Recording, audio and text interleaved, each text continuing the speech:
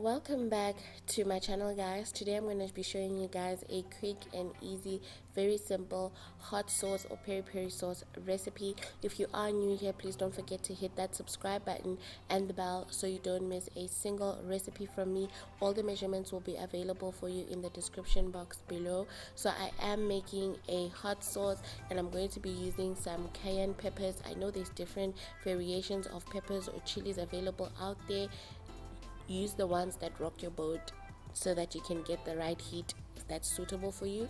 I am using cayenne peppers like I indicated before, and I'm just going to be cutting off the stems, and then we're going to place this into our skillet, which I've just greased a little bit with some oil. And the purpose here is you just want to cook your chilies a little bit just so that you can activate all of its flavor profile in your sauce when you do blend it later. If you just use it from a raw state, it will taste very raw.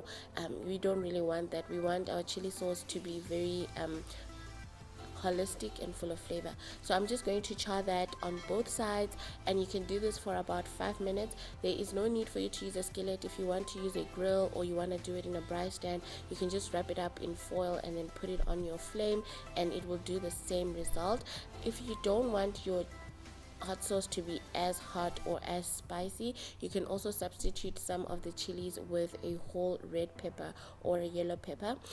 Then next to that, I'm going to be adding it into our blender, and then I've just added some tomatoes, onions, and I'm also going to put some whole peppercorns, and this will just increase the spiciness in our sauce.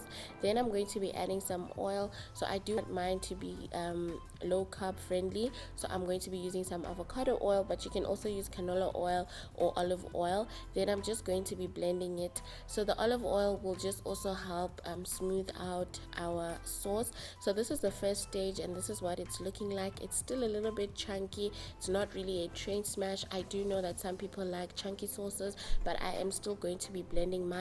And then now I'm just going to add additional flavors. So the first thing I'm adding is some dried garlic flakes, and then I'm adding parsley just so that I can have a few specks of greens in my sauce. And then I've added pepper dews. So pepper dews are going to be adding a little bit of sweetness into our dish, which is what we need. And then I'm going to be adding some apple cider vinegar.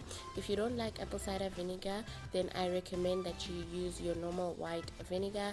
And then we also need a little bit of sweetness, like I said, so the pepper dews won't do much. I'm also going to be adding a little bit of sugar. So this is what the sauce is looking like. If you don't mind a chunky sauce, or if you're going to be using this as a marinade, you can go ahead and store it and use it as it is. It's perfectly fine like this, but I do want to smooth mine out a little bit more, so I'm going to be adding it back into a blender, and I'm going to blend it out a little bit more, and then that's when I will know. You can blend it to your smoothest consistency that you want, and obviously to achieve more smoothness, you need to add a little bit more oil and a little bit more water, and you can just keep on reiterating this until you get to the consistency that you like. For me, I think I've reached the consistency that I don't mind having if I am to just scoop this into a dish or to use it as a marinade. It's not completely smooth, but it's smooth enough for me. So for storage, you need to use an airtight container. I strongly recommend you use a mason jar, or you use one of your previous jars that you had sauce in, and then you're just going to scoop it in there. It can last you for up to a month when refrigerated, and you can use it for your marinades. You can use it as a sauce, whatever rocks your boat. I hope you guys enjoyed this video. I hope you also enjoyed this quick and easy recipe. If you are new here, don't forget to hit that subscribe button and the bell so you don't miss a single recipe from me. Comment in the comment section, like this video, and I will see you guys next